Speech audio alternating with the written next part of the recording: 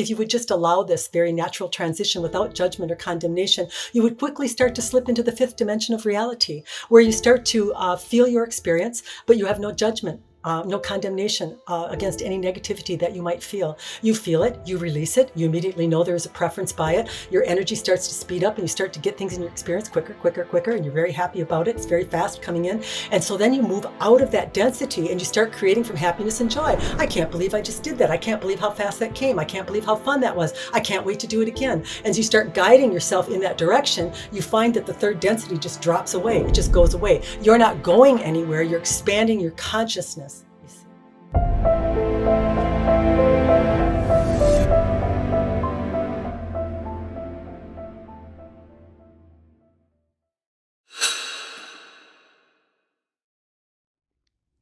All right, whenever you're ready. The group is here already, so we're going to come out and talk for a moment. Yeah. And then we can bounce between Robin or us, whatever you prefer. You can run the questions the way that you want to. Yeah. You've already listened to a lot of what it is that we have transmitted. So you have an understanding that we are pretty to the point. We are blunt. Yeah. But we have come here in truth. We have come here really to put a little bit common sense back into the world. It has been lost. Yeah. It is something that there's been a great call for or a need for in your world is for people to come back to common sense or the understanding that they do have wisdom, they do have knowledge, they do have things within them that make sense in the world. And one of the things that's coming to us about you, you're going to find this kind of funny, in this yin and yang world that you are in, women get called beautiful all the time, and it refers to their outward appearance. But we're going to call you beautiful right now. And we know that as a man, that you will receive that in the inside. You will receive it a little bit different than a woman receives it on the outside, you see. And this is the difference between men and women.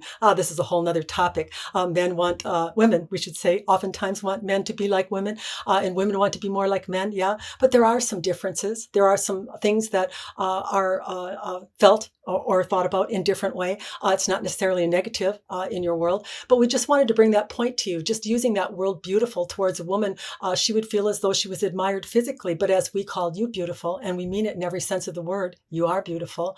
Robin got to feel your energy. It is what she does with a client when she withdraws her consciousness and we occupy her. She is able to feel the essence or the inner side of the human. And as she felt you, the only word that could come to her was the word beautiful. She contemplated in her mind, it's kind of strange for me to call a man beautiful, isn't it? Yeah. And as she culminates a question, we immediately come back with an answer. And this is when we let her know that men and women perceive a little differently, don't they? Men would perceive beautiful towards them as being about their inside, where women would look more about the outside, wouldn't they?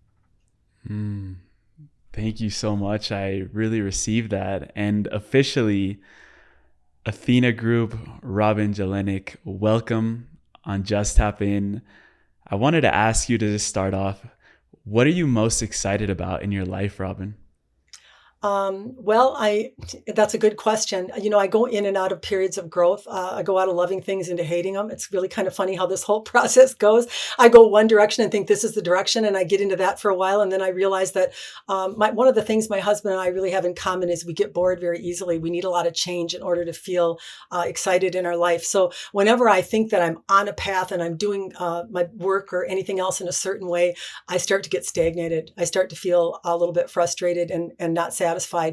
So I'm kind of in one of those points right now. I'm spending a lot of time behind the screen doing a lot of private one-on-ones. And although I have wonderful people and I do love the work that I do, I feel like I can feel something else coming. I'm going to be going to Sedona in September, where I'm going to be doing my first live interaction there with a Sedona Transcendent Retreat that's going to be offered there.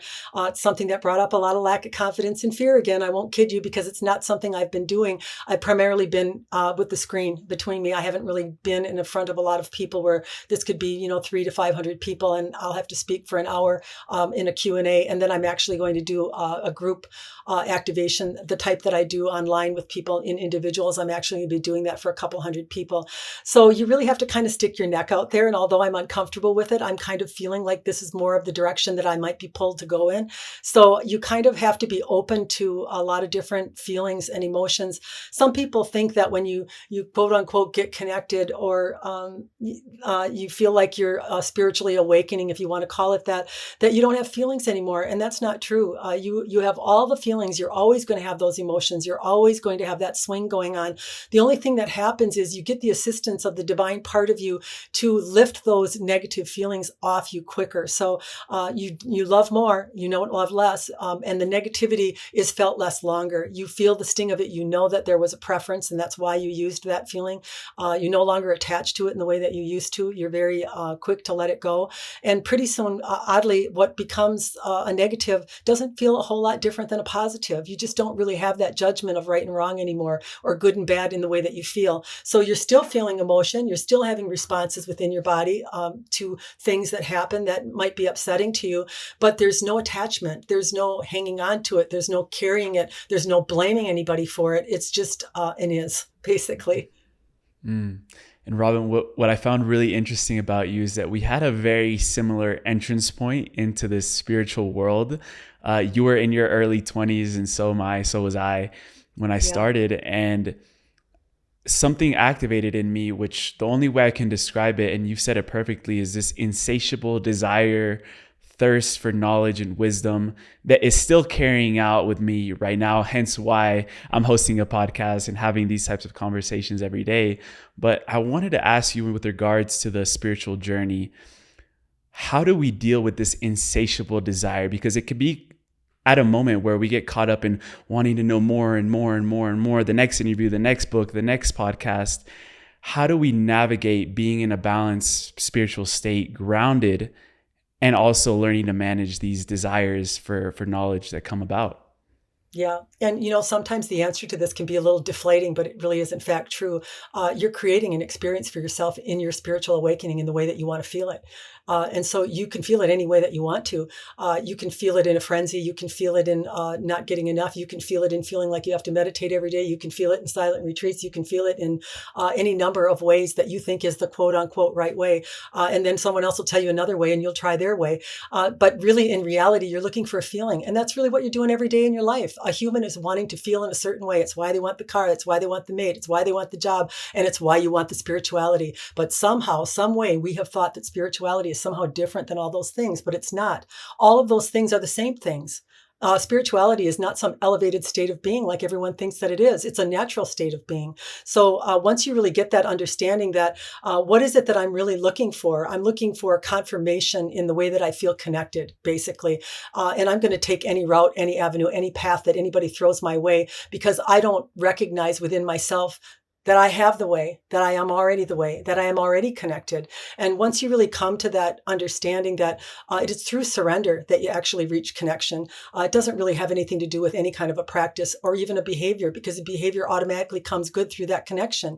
The divinity gets access to you through the love of self. And the reason it gains access to you is you become likened to the source. You become the same vibration of the source when you love yourself. When you accept the free will that you have in the way that you feel in your experience, you inadvertently rise in your level of vibration, and that connection just happens naturally. So the searching ends. One of the most pleasant things about this journey to me is I'm done searching, because I know that I am the source that I'm looking for. I'm already the thing that I think is outside of myself. And once I arrived at that place, it really granted me some freedom, because that frenzy is the divine part of you trying to communicate, hey, I'm right here. I've been here all along. You can stop looking now. Mm.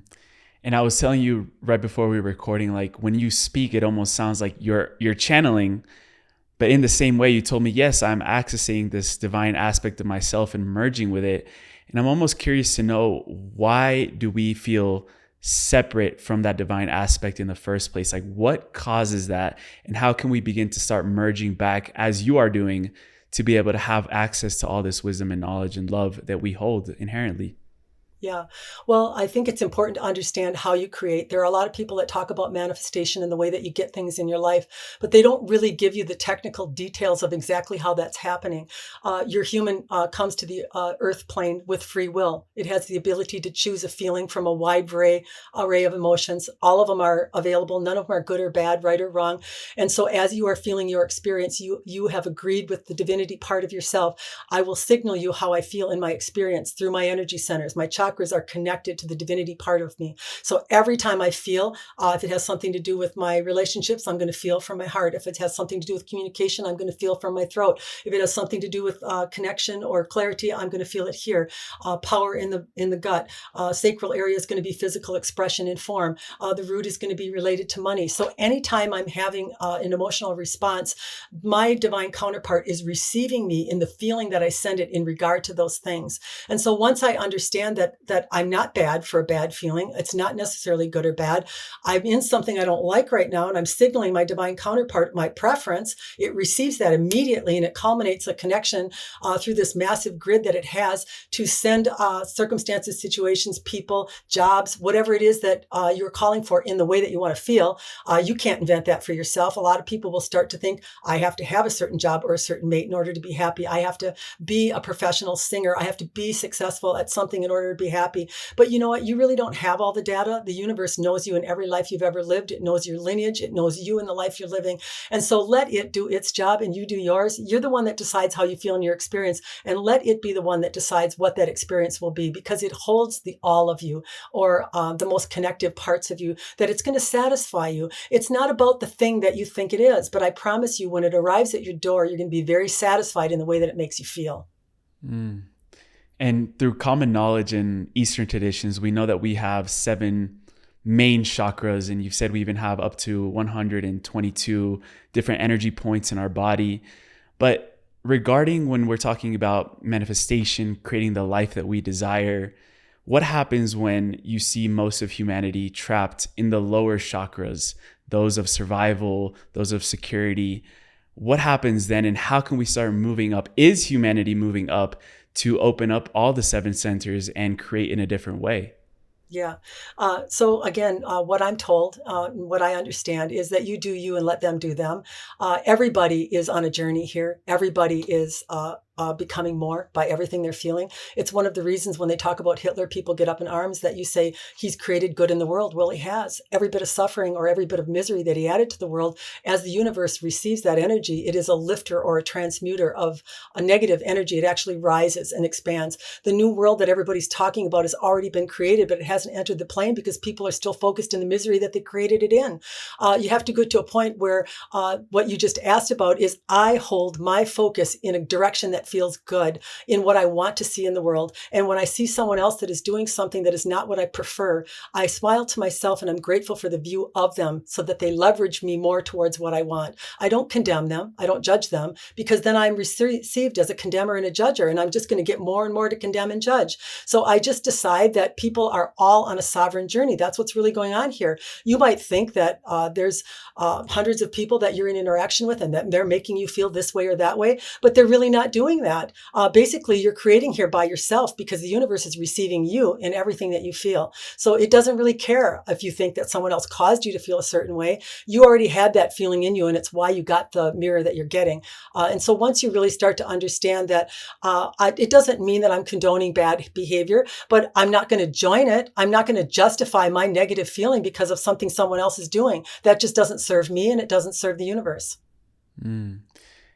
Beautiful. And Robin, turning it over to you then, when you opened up all your chakra points, how did your life shift? How did things in your life start to come to you or toward you differently than they were beforehand? Yeah. Well, when that energy took off, I encountered every angle of it. And I now know the reason that I did that is because I do assist people in that process. I had what was called a partial raising. So it came up to the heart center and it veered off. So it didn't make it all the way through the first time when it came up. It created a lot of emotional upheaval. I did not do the quote unquote work in myself. I didn't know what negativities that I had held within myself. I didn't know anything about what to do prior to raising Kundalini. I now know that as we do self-observation, and that self-observation, let's talk about what that is.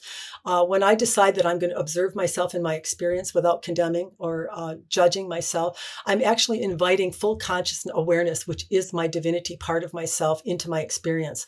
I'm inviting that divine awareness to observe me, the human, in my experience. And when I do that, that that enters my field. That love enters my field by my invitation to it. So you have to realize that most of the time a human is unconscious when they are creating and suffering. They don't know that they're doing it. They don't really even realize that the things that are coming to them are unjust, or they think they're unjust, or that they're being victimized. Let's use that. But in reality, you're holding something within you that's creating those things. So as I decide to lovingly observe myself and not move to judging and condemning about being jealous, about being angry, about being controlling, I just start to really realize what in my experience caused me and had that effect on me. And then I start to surrender to it. I start to realize that in this human experience, it can be painful at times and difficult. It's not an easy journey that everybody is on. And I hold the same view for others than I am for myself. And in that process, you're not going to get what you want out of somebody by noticing everything about them that they're doing wrong, even if it is terrible. That isn't the way. The way that you get something that you want to see in someone is by you seeing it, because sometimes you're the only person that's given them that view. So if you can look at people that are perhaps racist or behaving in ways that you don't prefer to see them, that you can offer a little bit of compassion and love and understanding for perhaps what caused that effect on them in their life. And in that way, when they feel your love coming towards them, maybe they can have a little bit for themselves and therefore release some of that energy. That's the only way to really get people to rise in consciousness. You're not going to get it through condemning and judging. Mm. And as the world starts shifting more in that consciousness, right now, a lot of people are feeling a lot of uncertainty with the way that the world's going, the elections, and so many different things are going on in the outer world as well as the internal world. And you're starting to see how popular these like videos or content around predicting the future or, the psychic material. You've said that the work that you do is not psychic at all. You're not here to tell the future. You're not here to find people's purse. Yeah. But the guides that you made contact with, they are teachers, and they're here to find and get to the root problem of certain issues. And I'm really curious to know how those teachers, just to give a little intro of how they began to make contact with you and what are they here to teach? So even as a channeler, you're creating your own experience. And I think maybe, excuse me, a lot of people that channel maybe don't even know that. I just know it by how it occurred to me. And I can only surmise that this is how it's happening for others. I had a little problem with confidence. I don't know, maybe you read that somewhere or heard that in my recordings. And, I was pretty good at things. I was a good tennis player, very competitive at it. But when somebody would come out in their power with an attitude that they were going to overtake me, often they did, I would cringe from that. That would just kind of take me down.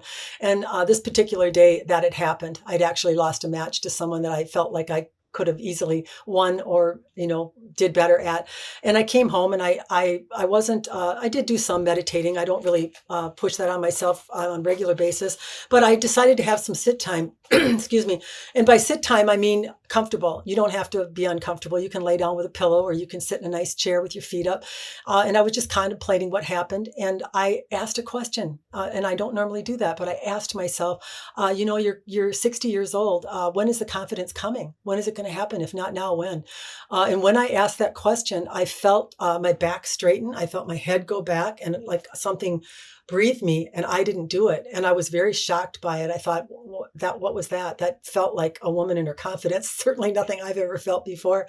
And so I remember in that moment thinking, that's quite odd. I went out and told my husband afterwards. I said, something really weird happened to me. And he's like, I'm watching a show or whatever it was. He wasn't really interested in talking about it. Just another one of my goofy things that I would talk to him about. And then I would say in the next couple of weeks, I I did a little bit more sitting. And other things started to happen. Lots of mudras or automatic signs with my hands all over my body, very fluid to music in ways that I could never do myself. Like it would repeat so many times on one side and then the other side. It was almost like a form of communication. And I didn't know what that was. I was kind of recording it and again, trying to show it to my husband. And he just, that looks crazy to me. He didn't really care one way or the other. No response again. So that went on. No comment, babe. We're not going to talk about the mudras. I mean, he doesn't really mind it. He's not that he's not open to it. Nothing really shocks him, but he's not really taken up by it. Let's just say that. He wanted to just keep doing what he was doing, basically, and not get into that. So I would say about 2 weeks went by, and I was continuing to sit, and my mouth would get like someone put their finger and just pulled it to the side without me doing it. And then there would be like yawns that would be times 1,000. Lots of eye leaking, like water would just run out of the corners of my eyes. It wasn't crying. It was just like a steady stream of water that would come down. And so this went on for a couple of weeks. And then we went out of town and I met my son, the younger one, with my husband. And we were talking. And it was actually the first night of the full moon in Aquarius. And we were in a room that we had view of the ocean with the full moon. And I told him a little bit about what's been going on. And the minute he started asking a few questions, I felt my shoulders go, my body start moving. And he goes, something looks like it's in there. If there's something in there, why don't you come out and talk to us? And that's when the speaking began. That was an arduous, uncomfortable process at first because it was just weird. I mean, I didn't expect it. And my voice box hurt and it felt just very uncomfortable is the only way I can describe it. I was really hot, sweating right through my clothes, one outfit after the other. I'd have to keep changing. Of course, they were so entertained by it. They just kept on and on and on and on with questions. And so after that weekend was over and I went home, I felt like a bomb had blown up. Like, what is this now? I mean, what is my life now? I mean, after this has happened, we got home and they were talking morning, noon, and night. And I finally said, I got laundry to do. I have a husband that wants to read the paper in the morning. I'm waking him up at 2, 3 o'clock in the morning.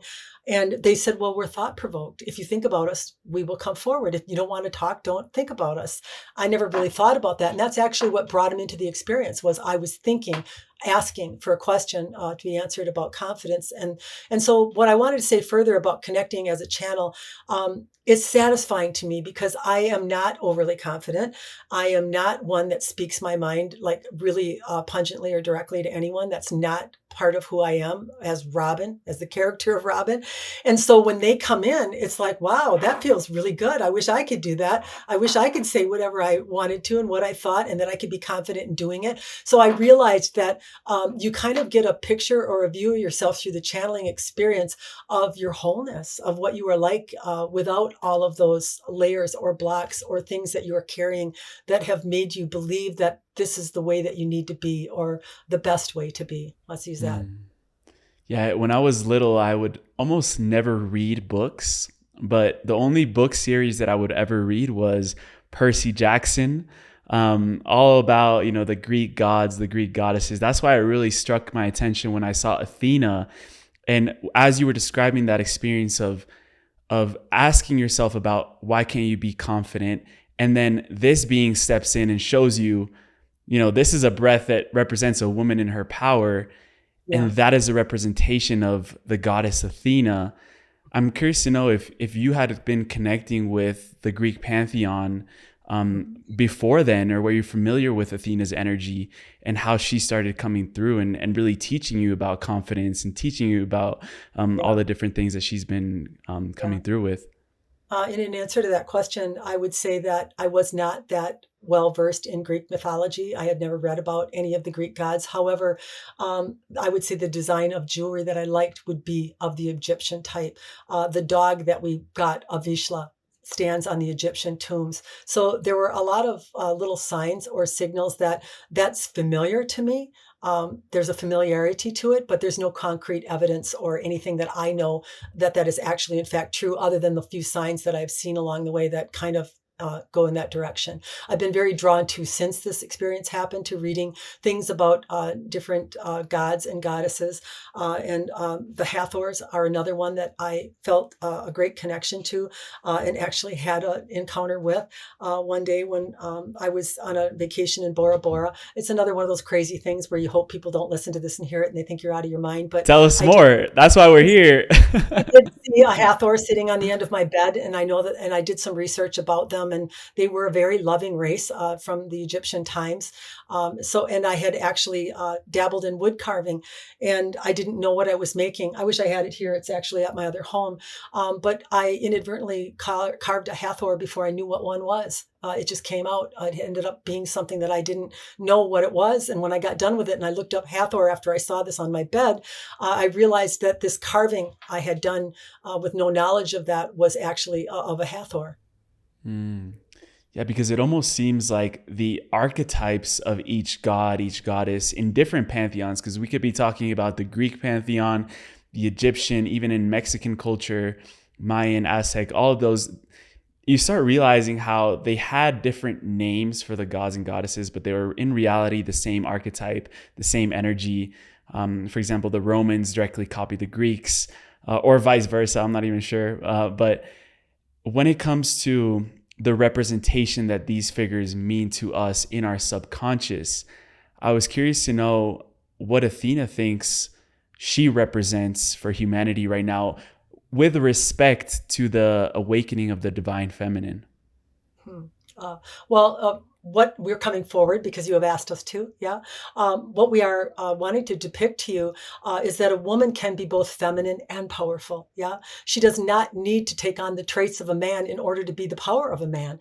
And this is actually what I would say that I am depicting in Robin, yeah.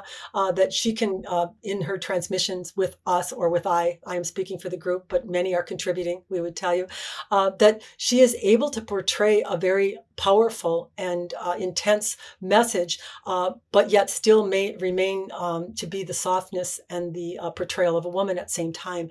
Some of the issues with your society is when women were wanting to enact their power, they wanted to take the power that they needed from men, and that's not where you get power. You get power from within yourselves, you see. And going forward into the future, as we've been ruled with this patriarchy, where do you see civilization moving forward as women start stepping more into their internal power, and also men start accepting the feminine that's already within them too? Yeah, it's going to be a more unified, a unity type experience where there is no one competing, no one talking about or even considering the differences between races or between men and between women. What has been created in the new world that is ready and willing to enter is a world of balance, is a world of sameness, is a world of equality. Yes? And with regards to Athena, the goddess of wisdom and intellect, how would you merge those two together, differentiate as well? What is wisdom? What is intellect? Because a lot of us can be stuck in our only intellect and only trying to make things logical and use our mind, but then we forget sort of the energies of our heart and the wisdom that's stored in there. So how would you show people that it's possible to have both at the same time as well? Yeah. Wisdom is present when one can determine the difference between wisdom and intellect. Yeah, and when one is feeling themselves, when one is paying attention to the emotive value of what they are offering and how they feel as they are offering it, then they will be moving from wisdom. If one is moving in a direction and looking outside of self for the response that they are getting, then they would be moving outside of wisdom, wouldn't they? Mm, definitely. Yeah. And Athena also being the goddess of strategic thinking, of warfare. What do you see that wars or protests create for humanity? And we're seeing so much of that right now as well. So what are we creating as we expand the energy of war, the energy of protests? What does that create for the human experience? Yeah. Well, you are on a contrasting plane, so that pendulum is going to continue to swing one way and then the other way. Yes. And there, it is swinging now in the direction of more harmony, more unity, more peace. Does that mean it'll remain that way forever? Probably not. Yeah. There will always be a re-emergence into contrast. You will reach one point and then swing back to the other point. It is why sometimes we laugh at parenting. There will be some parents who are very watching over their children because perhaps they were not watched over, you see. And so when they have their own children, they're very protective, very careful because they know the things that they got away with that they were not caught at. Yeah. And then those children that are not watched, that they have had, they will go out thinking that they don't need to watch their children. However, their children will be going out and doing things that perhaps they should not be doing, you see. So there is always this pendulum, this back and forth thing, if you will, when you are on a contrasting plane. A human is trained into thinking that this is good, this is bad, this is right, this is wrong. But when you are part of a universe that has an aspect to it, or a portion of it, let's use that term, that has the ability to transmute energy, you start to realize that these contrasting planes are actually providing more growth, more expansion, and more love than they could otherwise have without them, you see. Mm. I would love to go deeper into that. Do you think that Earth will always be a contrasting plane? Mhm. Yes. in answer to that. That would be the short answer. Some people aren't going to like that. We don't want you to not get to enjoy the nice ride that you're going to have once you come into this new world that you have created. But humans will be satisfied in that for just so long. Yeah. And then there will be the pendulum swinging again. There will be changes that will come again. It is to be expected, you see. Mm. And you describe the human as an experiential tool. Mm-hmm. What do you mean by that? Well, we would tell you that you know you're not going to live forever, do you not? You know that the body that you are in is a vessel. It will fall away one day, and it is not going to continue on, is it? So there's no reason for you to attach to it and what it thinks and what it feels and what it says and have a determination that it is either good or bad. There's no reason for that. You are a divine being that is projecting your consciousness into that tool that you are using to experience life through. Robin has stepped aside, and we are now projecting our consciousness into her tool, you see. She would tell you that channeling doesn't feel a whole lot different than being Robin. And because it isn't, you're channeling right now, but you don't give yourself credit for it. You think that you're a human. We're not saying you in particular, but most of you do. You think that you are the human that you are sitting in, but you are not, you see. You will withdraw your consciousness one day from that vehicle, and you will go right on into another vehicle or another plane of existence, whether it be mental, physical, or some other type of experience, but you will continue on as a eternal being. Mm. Robin said that entities are attracted to humans that have fully activated and opened their channels. And I'm really curious to know, what was your process in choosing the tool that is Robin to be able to make this contact with us right now? Yeah. One of the things that Robin did authentically, and she doesn't even like saying it, so we're going to say it for her, is she is a selfless person. She loves to serve, not because she's getting credit for it, not because someone is complimenting her for it, because it brings her great joy to make others' lives easier. It is the way she lived her life. When we see that type of service or that type of offering, we know that when we occupy that vessel, that she's going to do the same for us, you see. Mm. I wanted to quote you for a second there was one time where you said that there is not a human on the earth plane that drops into their authenticity that is not received well in the world and well by the universe.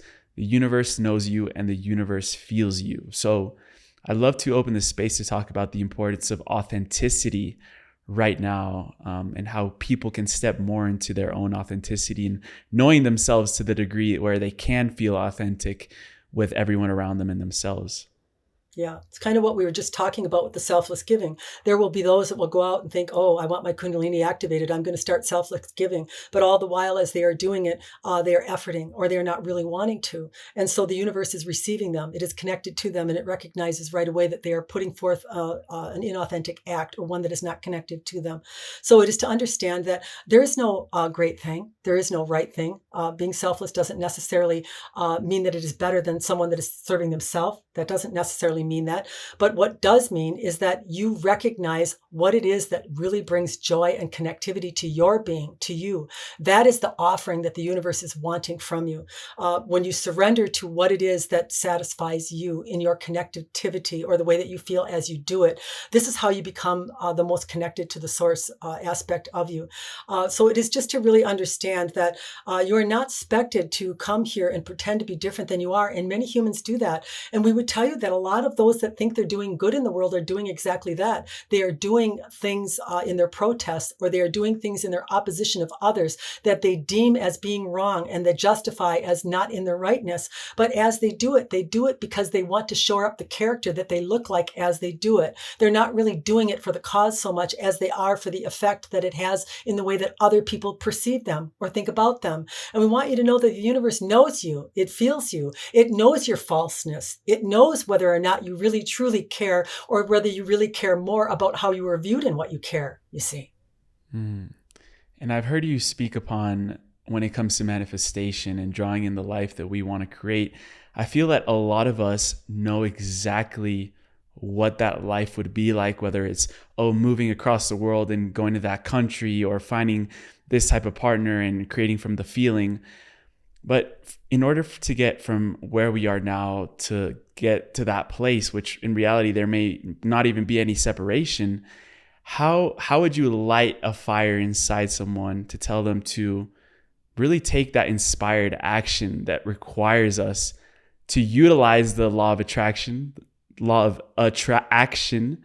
How would you inspire us to make those steps forward and to create the life that we want. Yeah.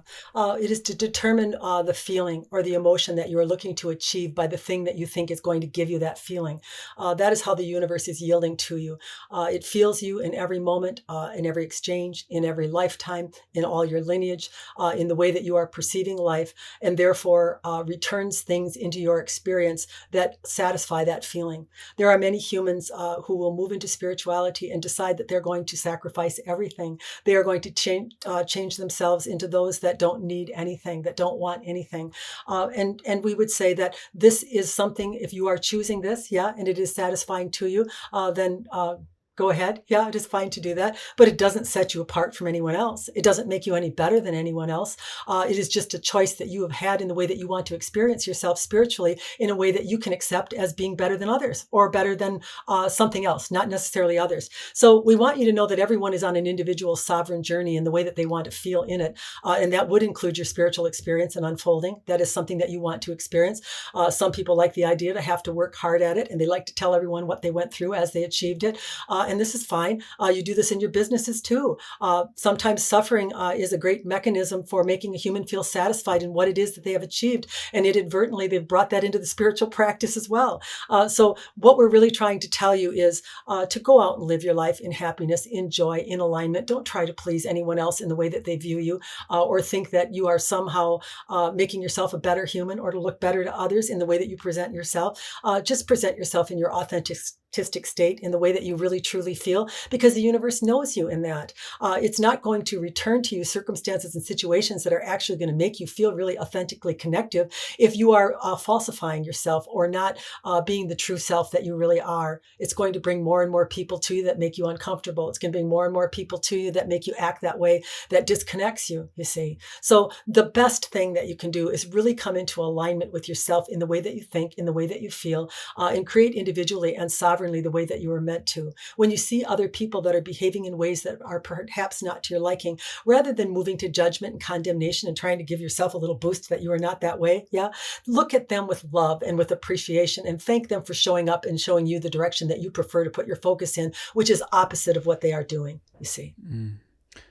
We've talked about the universe, and for many people, the universe could seem like a very abstract concept, including myself. But the way that I've maybe learned to understand it more and more of is understanding that the universe behaves with divine principles that we can utilize and leverage and follow to be able to co-create with the universe. Are there any divine principles that you can articulate and describe for us to know maybe those laws of the universe that we can follow? The divine principle or laws are within you. Yeah. One has a guidance system that is forever in contact with the divinity part of themselves. Let us explain. Some people think that they are having an emotional feeling because of a circumstance or a certain circumstance or a person. And that's not really what's happening. In every emotion and feeling that you are having in your life as a human, your divine counterpart is connected directly to you. And it is culminating another life, if you will, a love life, a life of a higher vibratory level that you have access to if you connect to it. Yeah. And so the universe is forever, you and your divine part of you are forever responding to each other. So if you as a human decide to protest or to hate someone for some reason that you feel justified in, you're going to feel the thick, heavy feeling of opposition energy, which is not necessarily a good feeling, although some humans think that it is correct or a good way to be, but it is not. It does not feel like love, does it? It doesn't feel good. And so that opposition energy that you feel is the divine part of you in what it has created for you is moving further away from you. So you're losing connection to your flow or to the things that could come to you through flow by the way that you are behaving right now or focused. Let's use that term. And so we make it real simple on people. The divine law is I'm alone here. I get to choose how I feel, and I can direct the way that I feel. And therefore, the reflections that I get in my life are mine. Or I can look at others that I don't like what they're doing, and I can think I do it better than them. And so I just have a distaste for them. And then the universe receives me in that distaste and brings things to me that are perhaps not to my liking. That's what happens. Yeah. So to understand sovereignty, and we think it is a perfect way of creation, that you can't interfere in anyone's life, that they can take their focus and they can give it away to someone else in saying, I don't like them and what they're doing. I don't like this thing that I am seeing, and it makes me angry and it makes me sad. And then they emanate out anger and sadness, and then their life becomes filled with anger and sadness. And what have they done, really? They've done no good for the world as a whole. They've given up their creative power to the other person who is already doing enough harm to the world in the way that they're thinking. So how is anyone being served in this way, really? Do we learn about emotions in the same way in other realms? Or is it only in those realms like Earth that you call the bullwhip, where we experience the contrasts of certain things? Can emotions be also felt or enhanced in other places, not in this plane? Yeah. You will feel the power charge of emotions or the emotional responses. But when you are not in the body, it doesn't carry the pungency or the effects, let's use that term, that it does when you are in the physical form. When you're in physical form, you need the plate of food. You don't want your spouse taken away by someone else. Yeah. You do not want to experience in form certain things that you find to be detrimental or the cause of your suffering. But when you are not in the body, you are recognizing that you are the picker and the chooser and the decider of what it is that you feel. Yeah, you will still have an emotional basis, let's use that term, but it will not have the big cause and effect that it does when you are in the body, you see. I've heard you also mention that the universe is an answer of questions. Yes. What are the best questions to ask the universe? Well, the ones that are most important to you see. Robin will ask, she started, and we would tell you, if you were to ask most channelers, they were question askers far before they became a channeler. She would lay in bed at night as a little girl and think, who am I? What am I? Am I still going to be I when I pass away? Where do I go? What happens when I am dead? The questions that were coming out of this one from an early age were culminating within her. The only problem was, as she was asking, she was too young to understand that there was a possibility for an answer, and she never quit asking long enough to listen to receive something in return, you see. So we would tell you that if you keep asking questions over and over again, you will be presented with an answer by the universe. We get lots of people that come to us that want us to recall their past lives, and it is not necessarily a practice that we are fond of doing. You will gain access to a past life simply by asking by something that has an effect on you. As you ask over and over again, why am I this way? Why am I this way? Why do I feel this or that? If you keep requesting, the universe will bring to you a knowing or an understanding of something that you have lived in the past that has actually participated in the feeling that you are now emoting in the life that you are in. The reason that we are not interested in revealing past lives to people for them, for recreation, we would call it, is because oftentimes when they are asking, it is because they are not happy with who they are, yeah, and they would like to recall a life that maybe makes them feel a little bit better, or perhaps they have a tendency or a pattern that they want to blame on something, that they want to justify their present behavior that may not be particularly a good one. They want to blame it on a past life or make something else responsible outside of self for it. It really doesn't matter. If you're having an emotional output or a feeling that you can't get rid of, it belongs to you. It doesn't matter if it was a past life, if it was a lineage thing, or if it's coming from your present life. You can pretty much trust, if you have an emotional pattern, that you had an experience that has caused a feeling that had an effect over you. And then you can use the practice that we have given, that you recognize and love yourself in all things, that you just surrender to what is felt, that you no longer hold a condemning pattern or way of thinking against certain emotional content that you have within you, and that you just release that to the universe. You just wave the white flag and say, I'm a human. Yeah, I felt jealous. I felt angry. I felt rage. I'm sure I was justified in it. There is no problem. And as you love yourself, a little bit of that energy from the divine, because what are we doing? As we love ourselves, we are awakened. This is awakeness, or divine energy is awake. It's fully conscious, fully aware. This is your divinity. The human oftentimes is in pain and suffering. It is asleep. It is not aware. Yeah. So as you start to observe yourself in the feeling you have, you are immediately awake. You are using the divine part of yourself to access the human. The human feels that interest and that love coming towards it. And immediately that vibration enters into those energy centers and starts to break up the negativity that the human has been hanging on to. Beautiful, beautiful. When we leave this human tool or human vessel behind and go to the other side, what happens to all the experiences, lessons, and emotions that we felt in this lifetime? What happens on the other side? Do we take that with us? Do we learn from it again? Do we review it? What happens when we leave the tool behind? You take that with you, yeah? The wheels of life, we call them, are the energy centers that are the connecting point or the sending and receiving devices between you and the divine part of you. Those wheels of life transition or go back to the divinity part of you, bringing with it all of the data and information that a human has experienced in the lifetime that they were in, yeah?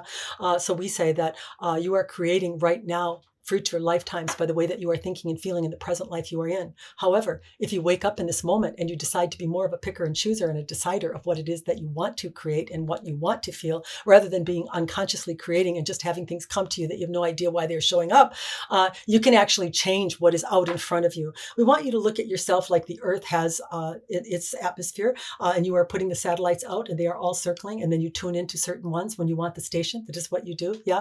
Well, you're like that too. Yeah. You have a universe that is around you, that is all around you, and you are accessing or adding things to that universe, little satellites you are putting in there, in the things that you focus on. They might be good, they might be bad, they might be positive, they might be negative, doesn't really matter. But as you are picking up these things that you are putting your focus on, you're sending up satellites, you're putting up things, because you can't take something out of the universe once you have added it. Once you have focused upon something, you have caused expansion or created something that you can no longer take back out of the universe. So these things are out there, they're all circling, they're part of your universe, your individual universe. Now, don't be afraid, because we know that some of you put some things in there you wish you had not put in there. Yeah, that's only common that is going to happen. But you actually won't have a problem with those things, provided that your vibration does not match them. Yeah. So once you start to awaken, if you call it that, you start to recognize that feeling good is important to you. You start to recognize that I can choose a preference, that I can guide myself in a direction that I know the universe has created for me out of something that I don't like the feel of. And therefore, all of those things that are circling you in your universe will never come into contact with you, because they will not match the tone that you are holding. You see, once in a while, you might have a bad day and boom, some crap might come in. Yeah, you might not be happy. But what will happen is, as you get more and more understanding of how you create and more loving of your human in the experience that it's in, it will begin to transmute energy for you at such a rapid rate that you will no longer hang on to negativity the way that you once did. There will be things that you will feel, and then as soon as you feel them, there will be this perception that I know that I have created something that is opposite of that, and that isn't you. That's not you. Okay? Many humans think that they need to change, that they need to police themselves, that they need to stand in a corner and repeat phrases over and over again to get the effect that they want. You're not doing it. You're wasting your time doing that. A human is a feeler and a releaser. It's a signal sender to the divine part, what it prefers in its experience. And when the universe starts to receive you in connection, in the love of yourself, that flow that comes into you transforms you into exactly the human that you want to be, you see. You won't have the bad behavior anymore. You won't have the backsliding anymore, but it's never going to be by you as a human doing it. You're not the one doing it. You think that you should go out and effort in your experience and that somehow you're going to make something happen. And all that happens is you become disappointed, you become disgruntled, you become disillusioned, because you cannot adhere to that standard, because you do not have the power as a human to transmute energy as the divine does, you see. And that flow that you're talking about is very connected with the feminine energy. Am I right? The divine feminine energy sits at the base of the spine. It is what is referred to as the Kundalini energy. If you look at divine feminine, you would be able to notice in most cases, not all, yeah, but in most cases where the divine energy is present, the woman wants to be noticed. She's going to wear the makeup, do the hair, be appreciative of an admiration. Let's use that term. And so Kundalini energy, the divine aspect of Kundalini energy, is very much motivated by attention, by focus. So that is why when one focuses on their Kundalini energy and has a desire towards it, the energy responds to that desire, because it is a feminine energy, and that is what feminism responds to. As that energy starts to respond through your focus and through your attention, it wouldn't matter whether you were having good intent or bad intent, because you are a creator. There are those that have raised that energy that have actually run cults and done things where they attracted large numbers of people to them and actually did harm. They actually didn't intend to use it for the betterment of humanity. But we want to make the depiction here that this universe that you are part of responds to you. It's not responding to a perfect you or to one that one views as perfect. It responds to the aspirant, or the one that is calling that energy forward. So once that energy gets stimulated within the being, it'll start to rise from third dimension, which is the first three energy centers where there is the ego, and it is needed because a human has to effort in their experience, don't they? They don't know yet how to create through flow. They don't understand that there isn't lack. They have lust. They are worried. They are scared. They are short of money. They are hungry. All of these types of things. And they have been taught that they need to work hard. And so they muscle in their experience and they take things from others because of it. That's the three lower energy centers, or third density. When they start to move into the heart center, they start to recognize that they are more than the human that they are. They start to realize that they do create in their experience, but what comes with that is condemnation and judgment, and they don't like themselves in it. I'm doing it wrong. I'm backsliding. Look at him. I'd like to tell him how to do it better. He doesn't know what he's doing. And so you start to realize that you are the creator, but yet you are still condemning and judging some of the ways that you do it and the ways that others do it. If you would just allow this very natural transition without judgment or condemnation, you would quickly start to slip into the fifth dimension of reality, where you start to feel your experience, but you have no judgment. No condemnation against any negativity that you might feel. You feel it, you release it, you immediately know there is a preference by it. Your energy starts to speed up and you start to get things in your experience quicker, and you're very happy about it. It's very fast coming in. And so then you move out of that density and you start creating from happiness and joy. I can't believe I just did that. I can't believe how fast that came. I can't believe how fun that was. I can't wait to do it again. As you start guiding yourself in that direction, you find that the third density just drops away. It just goes away. You're not going anywhere. You're expanding your consciousness. You see, expansion of consciousness occurs in the opening of these energy centers in one field. When you open the 7 energy centers, what happens is they start to work independently with no effort on your part at all. You have to effort to get the first 7 open. You have to breathe into them. You have to look at them. You have to love them. You have to encourage them. Once you get that energy up and going and it comes all the way up and it meets the crown, it starts to permeate out into the other 122 energy centers that are located inside the body. This is what Jesus did. He activated all of them. It didn't happen in one life. He worked many lifetimes to have that come into fruition. But we are giving you the understanding that this energy, once it is released within the field of the human, the 7 energy centers are activated. They will go on to work independently from one lifetime to the next, continuing to expand your consciousness further and further and further and further. Mm. And we've heard of so many accounts of Jesus that you just mentioned, of the miracles, the healing that he was able to manifest in that time period. What are the, I guess, side effects of opening up our 7 centers? Are we going to be able to see these almost supernatural healing gifts that someone like Jesus was espousing in his lifetime? Is that where humanity is headed right now?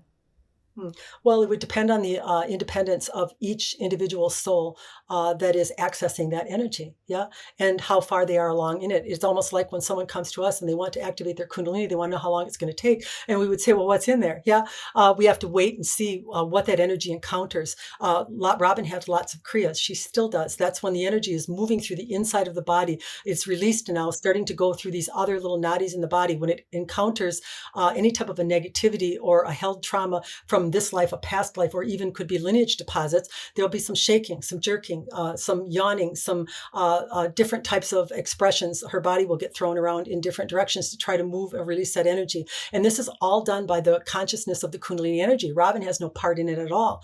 This energy of Kundalini that sits at the base of everyone's spine has an individual consciousness, but it works somewhat the same within every vessel. But what it encounters in there is different for everyone based upon what you have lived. So you could resolve and open all 122 in one lifetime. Perhaps you worked on many past lifetimes in that direction, or you could be at the very beginning stage. One has to go on the journey in order to find that out. Yeah.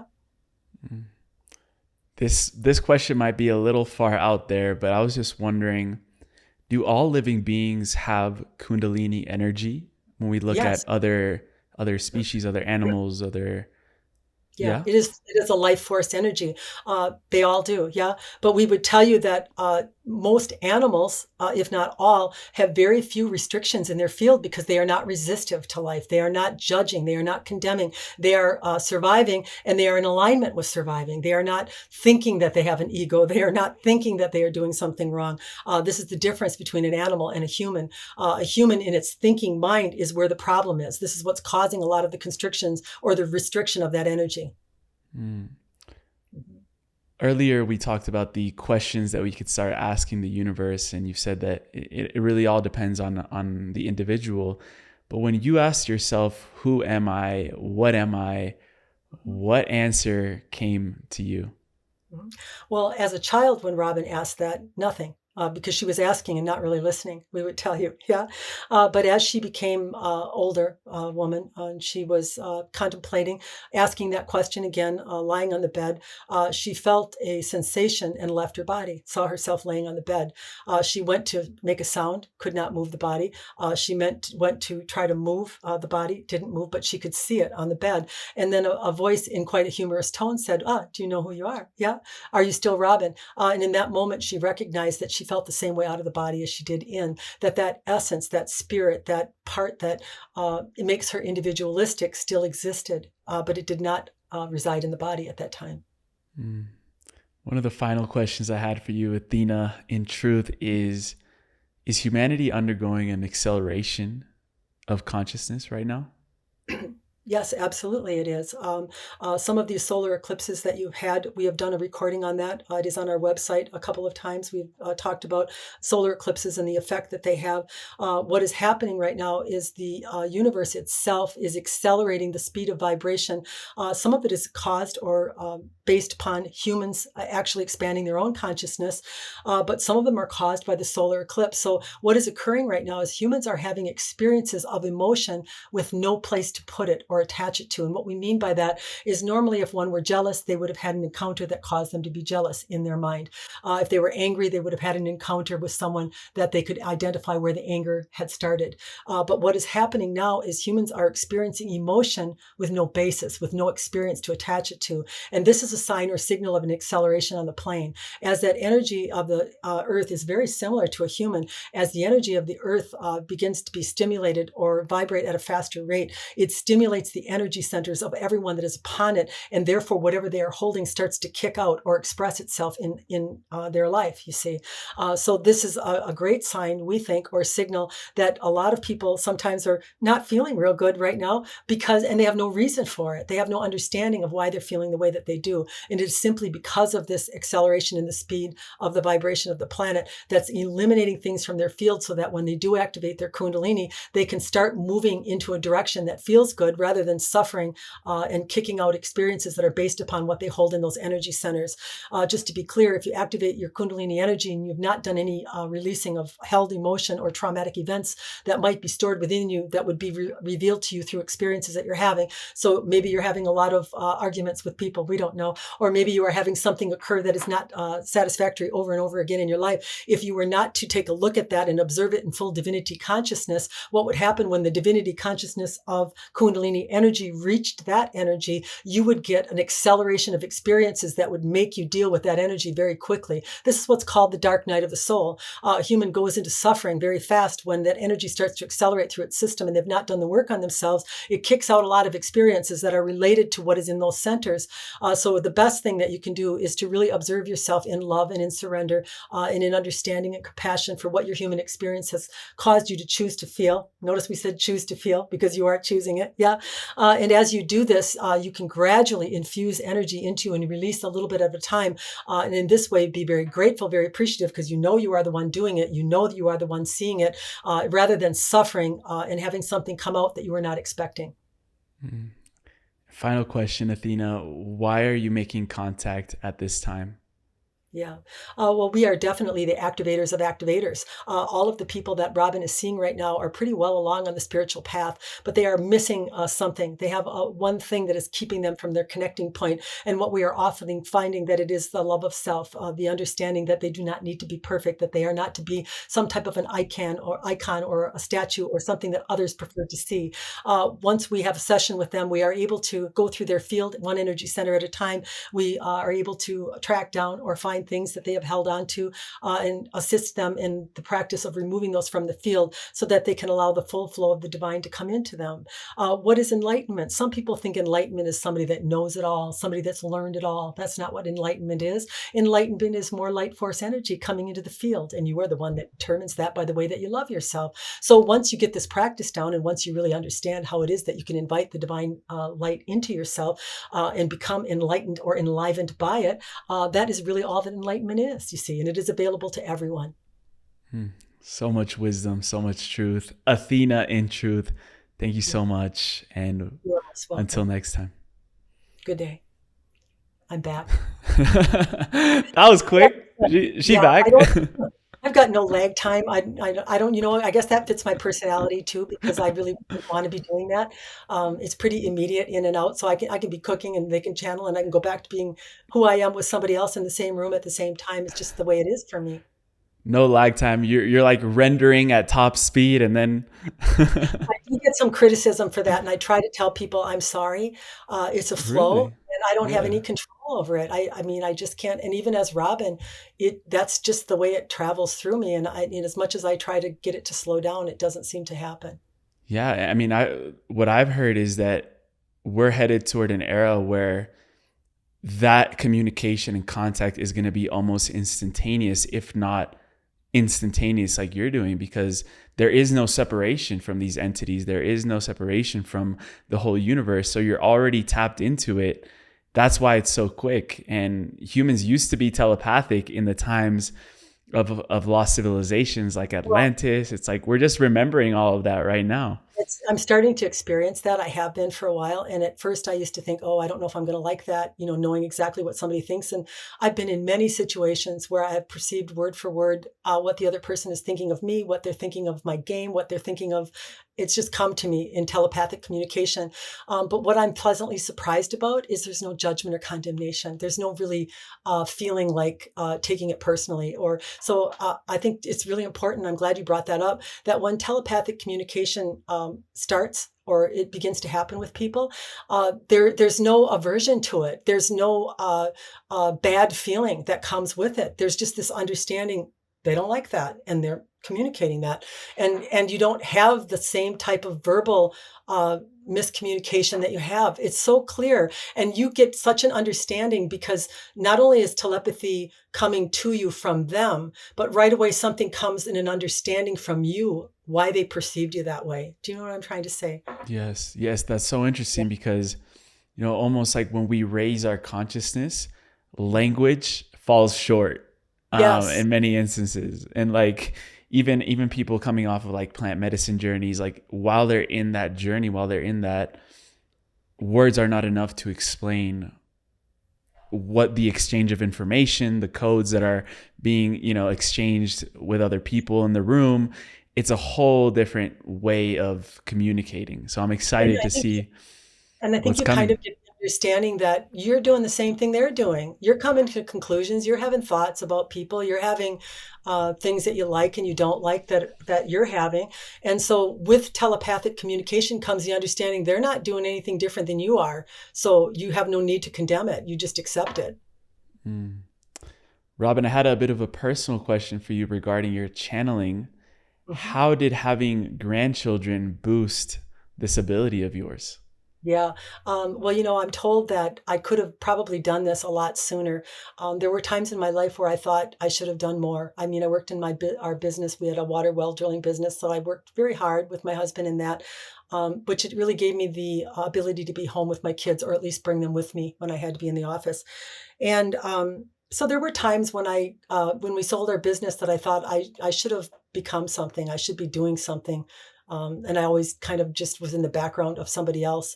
And then my son in his late 30s got married to a lovely person, and they had children. They had the first grandchild. And I just remember, just so happy that he had this in his life, so grateful to be in that experience.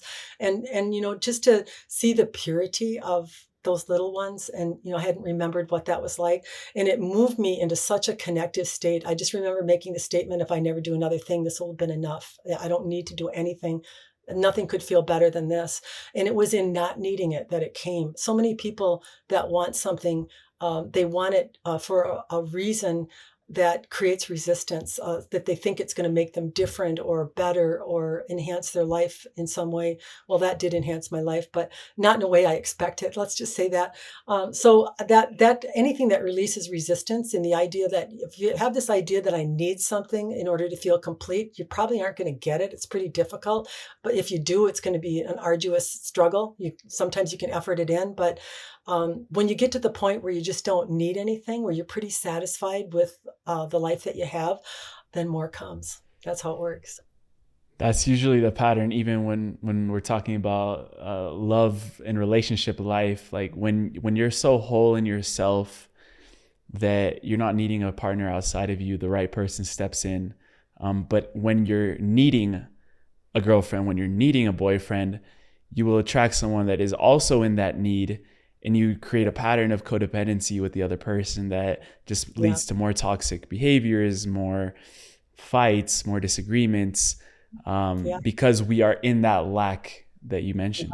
Well, and that's a whole nother topic, but actually in a lot of those situations, they're open where you're not. They have energy centers that perhaps verbally they're open and you're not. Maybe their heart's open and yours is not. And when the two of you come together in the beginning, it feels like wholeness. It feels like, I can't get enough of this. But after a while, you start to recognize that that isn't you, that's something that you perceived as a connection, but that was just a temporary alignment that you experienced in the meeting of that person that actually had some centers open where you were closed.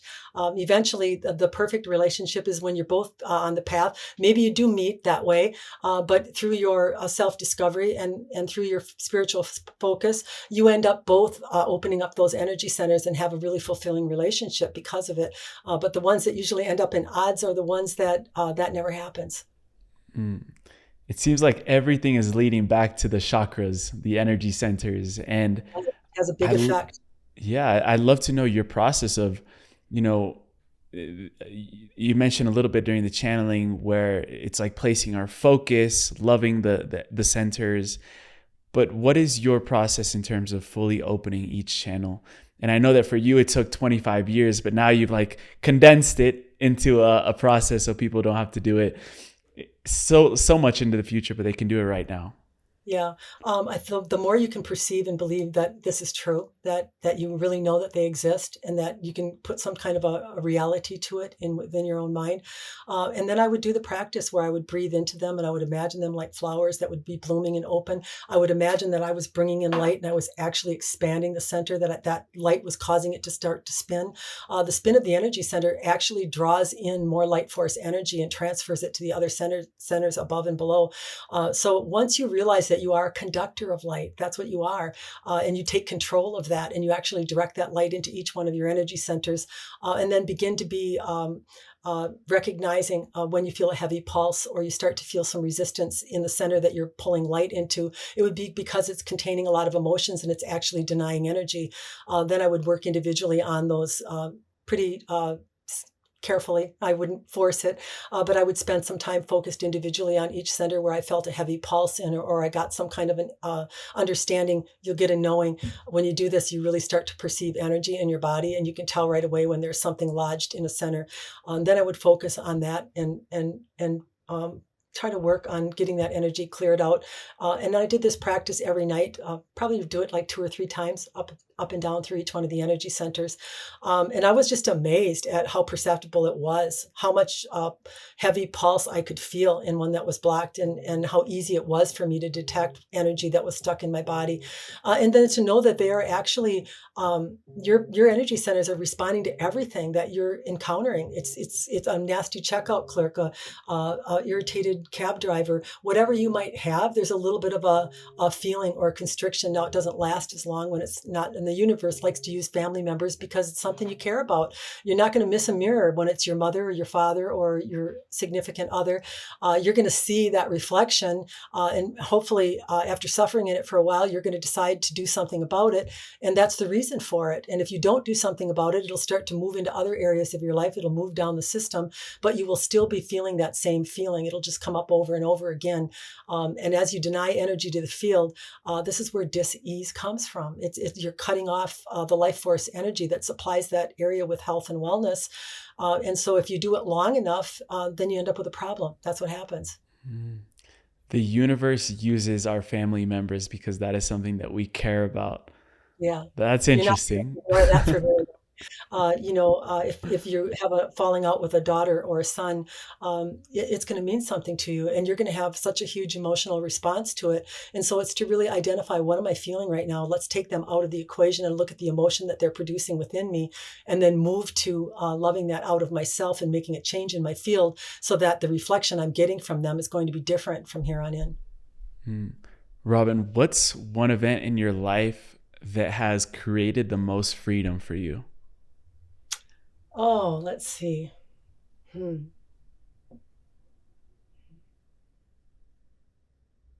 Well, I would say some sense it's probably coming into this, because prior to coming into this experience, I was like everybody else. I was on that spiritual merry-go-round, studying, reading, searching, carrying on. And I have to tell you, after a while, it just wasn't fun. It just got to be a pain in the ass. And to be quite honest, I would feel like shutting down and quitting, and then something would get me going back on it again. But then when I had this experience, I realized that all of the wisdom and knowledge that you are looking for outside of yourself is in you. And that when you open yourself up to that light energy that we've talked about today, you can ask yourself a question, you can get an answer like that. I mean, it just comes to you like a channel, and you know exactly that it's truth. You can feel it in your body. That gave me freedom. That understanding that I don't need to study. I don't need to go outside of myself. I can ask a question and get the answer.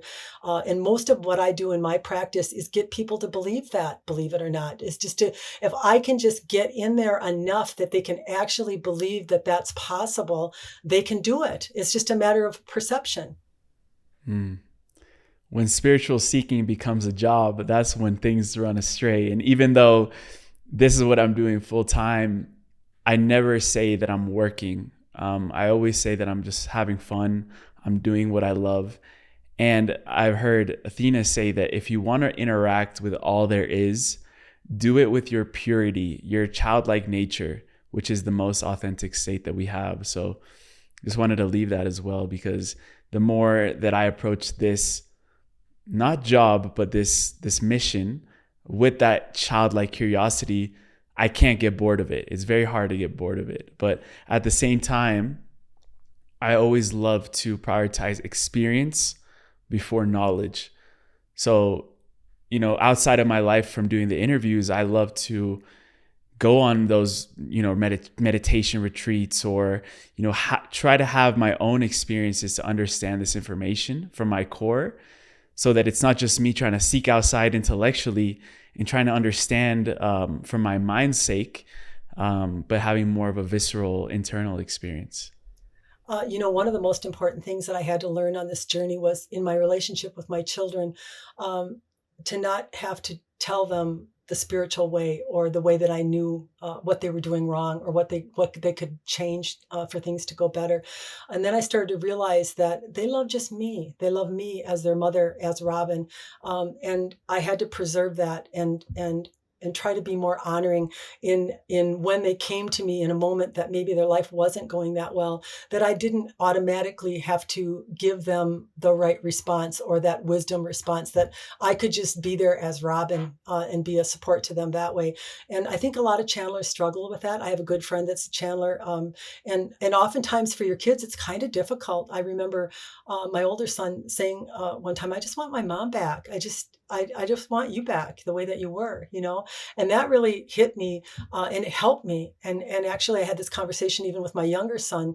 He just said, sometimes I just want your response. I just want you, you know, the way that you raised me and the way that you were, and in a way that's endearing to me. It felt good to me to hear that. But I think it's a good reminder to all of us that are on this path where we are trying to help others, that we realize that we're needed as people too, first, not necessarily through what we would call a spiritual connection, but from what we've learned about life and from what we've lived about life, that's valuable too, and that people value us for that.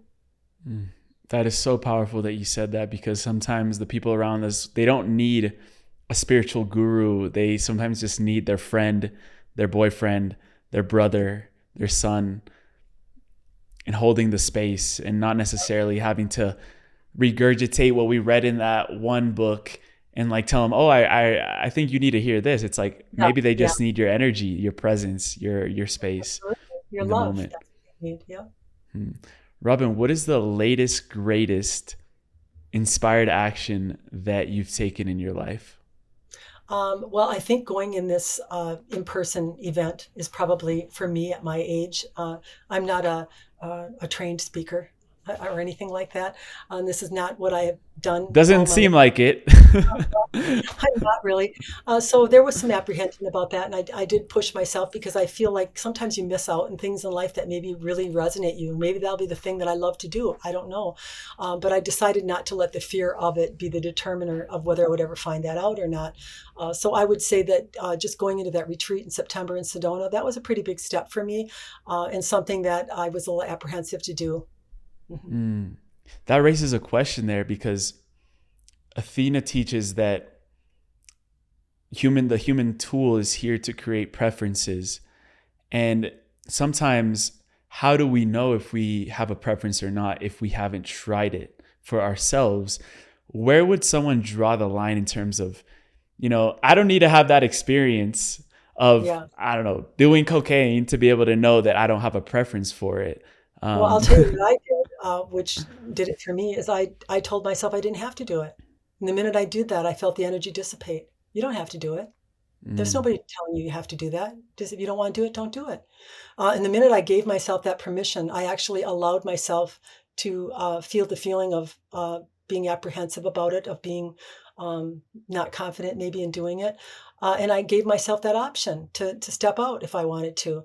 And immediately all that energy just dissipated. And so I would say, I think that's a very good indicator. If you're pushing yourself to do something, give yourself permission to not do it.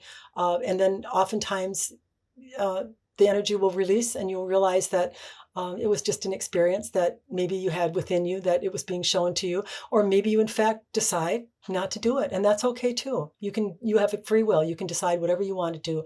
But for me, when I gave myself the option to get out of it, the energy dissipated, and I got up the next morning and I thought, I don't really care one hoot in hell what someone thinks of me. I'm just going to go do it, and what happens happens. I'm not going to worry about it. I'm not going to hang on to it if it's a good thing. I'm just trying something new. And the minute I gave myself permission in that way, without judging or condemning how it might go, it just went away. It just dissipated. mm. And to add on to that, because it's a very deep and it's a bigger, profound topic. Athena's also talked about congruency in our choices and knowing that we have free will, knowing that we have choices, and that we also have morals and values. And every time we take choices that are incongruent with that, that is also an indicator that we're sort of steering off our soul's path. And, for me, that was one thing. Just the last weekend, I was at a wedding, and, I was seeing some high school friends and people that know me and that have seen the transformation that I've gone through as well, of like, oh, now this guy's all spiritual, and like they're like projecting on things like, why is he having a gin tonic if he should be spiritual? I'm like, well, for me, that's congruent in what I am, because my whole thing is I like to have that freedom. I like to be in my joy, be in my laughter. And if there's a moment where I do want to take that choice, well, that's still congruent with me. But if I would have been taking that choice from incongruency, then it would have been a whole different thing. I think the one of the key things that you said though to remember is you're never off the path ever. No matter Mm. what you choose in your life, you're becoming more because of it. And there's nothing that you have to regret. There's nothing that needs to be done over. There's nothing that's wrong. I did a session with a man, a lovely guy that was really coming into connection and really liking himself, almost 80 years old. And he happened to bring up at the end of the session a portion or part of his life in his early 20s where he had lost a child and had some effects that he behaved in ways that wasn't proud of, that he didn't like. And he said, I like to just pretend that didn't happen. That's a part of my life that I'm not proud of.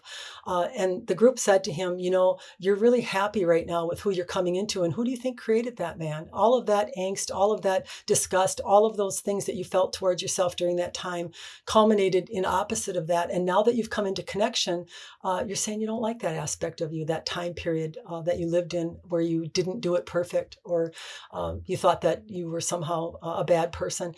So what I've learned is that everything you're doing is worthy and nothing needs to be done over. Nothing's wrong here. Nothing's gone bad.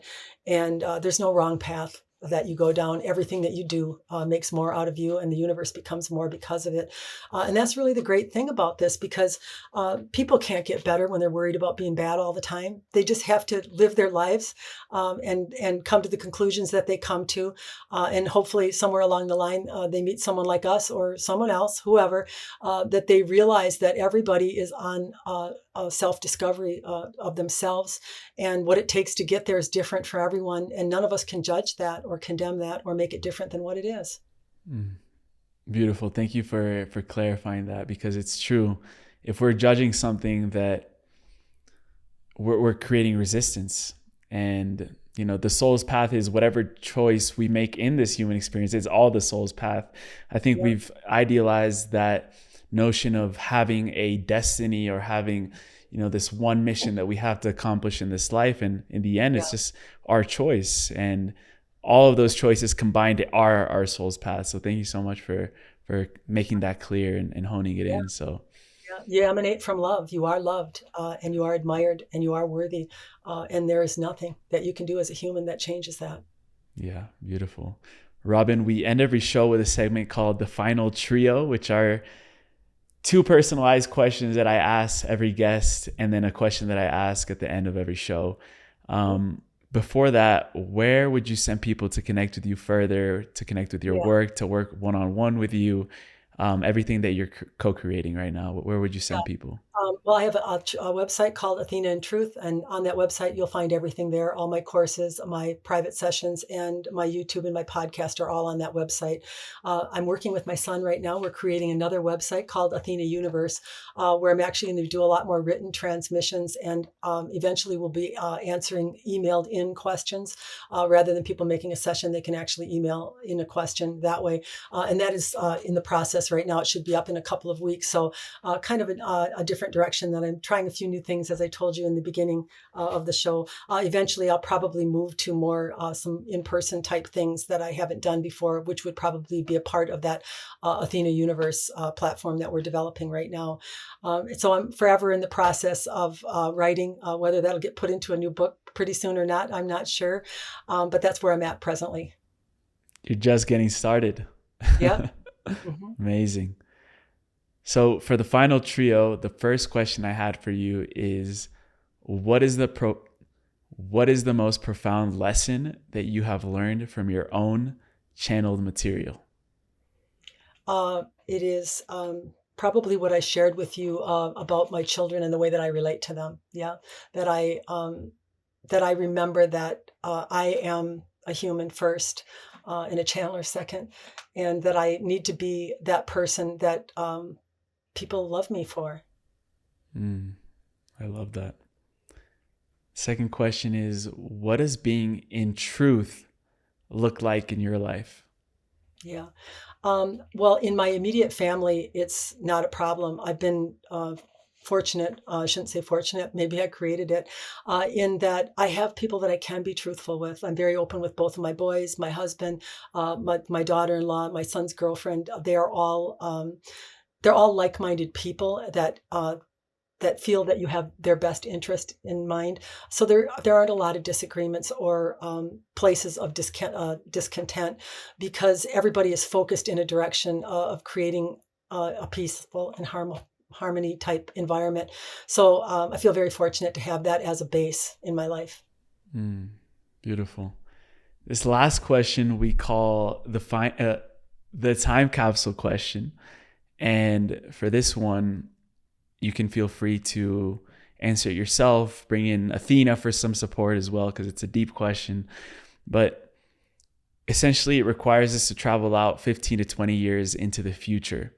And I chose out those timeframes because that is going to be a time period when the younger generations of today are going to be stepping more into leadership positions around the world, in society, in different systems, paradigms that we're going to be creating for the new earth. But they're also going to need a lot of guidance, mentoring, wisdom from people like you. So if you had the opportunity to have a time capsule that you could leave behind for these leaders so that they would open it in 20 years' time and be equipped with that same guidance that you're leaving behind, it doesn't have to be anything physical that you leave behind. It can be a transmission, a teaching, a quote, anything that you can stretch your imagination into. It doesn't have to physically fit into a time capsule, but what would you leave behind for the next generation of leaders inside of the time capsule? Yeah. Well, one of the quotes that they coined early on was, you are everything that can be anything. And so it is just to remember really the power that you are, the ability to create. That is something that never goes away. Even when you transition from this plane that you're on, you're always creating, you're always becoming more. I'm told even the group that I channel, one of the reasons that they do it is they're learning. They're actually enjoying the process of what we're going through and how they can be assistance to us during that process. So and that would be the thing that I hope that lands somewhere, that there is a remembering of the power that you are, and that people really start to not look so far outside of themselves, that they can grasp that, let go of the human experience to the degree that you can bring in that powerful spiritual aspect of yourself that is actually creating another world. If you will, you have the third dimensional reality that you're living. That's a lot of it's created in suffering. There are some good things, but there's a lot of suffering that goes on. And then there's this higher love creation world that the universe is receiving you in everything that you feel. And you can get that overnight. You can actually access that just by perceiving it. And that's what an expansion of consciousness is, to really understand that you're not going anywhere. But as you start to believe and as you start to perceive things through your experience, you get more to perceive, you get more to see. That's how expansion occurs. And on top of the time capsule, there's a gold plate with your name on it, and you can etch in a question that you would leave behind, sort of like a contemplative question that you would leave behind for these leaders. What would you ask them? Well, the question I used to ask is why? Why are we here not remembering a damn thing? That might have been a question that I asked before. I've asked that question many times and gotten the answer to it, that you are folded up and condensed down. The universe is within you, inside of you. And to get it in there, you can't get everything in there. That's one of the answers that I got. I guess I don't really have any questions anymore, to be quite honest with you. And I think that's one of the reasons that when I talk about my husband kind of giving me a respite from spirituality, we've talked about so many things. We've read so many books and gone over so many things that there's nothing really that we're that interested in asking about at this time, other than what we're really interested in is ourselves, how we feel, because we know that that's the most important thing. Robin, Jelinek, thank you so much for your beautiful wisdom, for being beautiful inside and out, and for always showing us that living without resistance can be a possibility, and living with an open channel should be the norm and should be our default. So I appreciate you for being a pioneer in that, speaking from your heart, speaking from your truth. And I would always love to have you back on and do this again and continue our unfoldings and weavings together. Thank you so much. It's a great pleasure to me to meet you. Thank you. Of course.